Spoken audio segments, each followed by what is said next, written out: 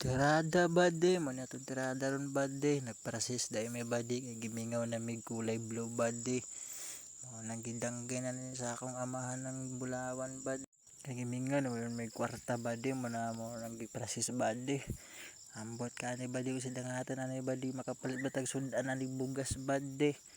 Daw tan-aon do nato bade. Kaniday sa bade isa na naman ni kaadlaw nga agi bade. Binakho ni bali bade among gi-sprayhan tapos amo lang giprasis pagkaugma. Mao na ni siya bade.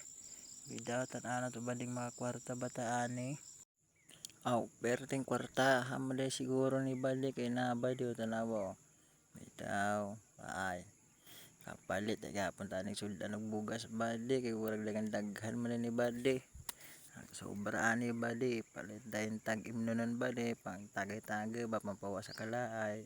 Matik bade mawagi nagakapoy bade pag mahubog na. Aw, unya hapon ani bade na ana po'y mahubog ani bade na ana po'y magyama-yama ani bade.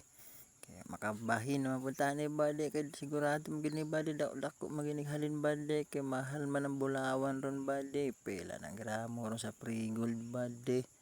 May kag 6,000 plus na bade inyag na kay 2 gramos bade ay pero ting kwartahan na gid bade. Imbis na taas ang bulawan bade baliktad ng bade kay ang bulawan naman pwede magpakita bade naaman to bade pwede na kay daghan bade lahi ra sa una bade perting daghan na tapos ang presyo po perting baratuha bade.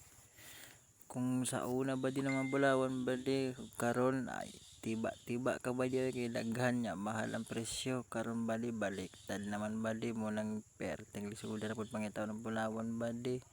Mo nang tiis-tiis na lang gid bade basta makabulawan lang gamay bade okay na bade di na maglisod na kapalit.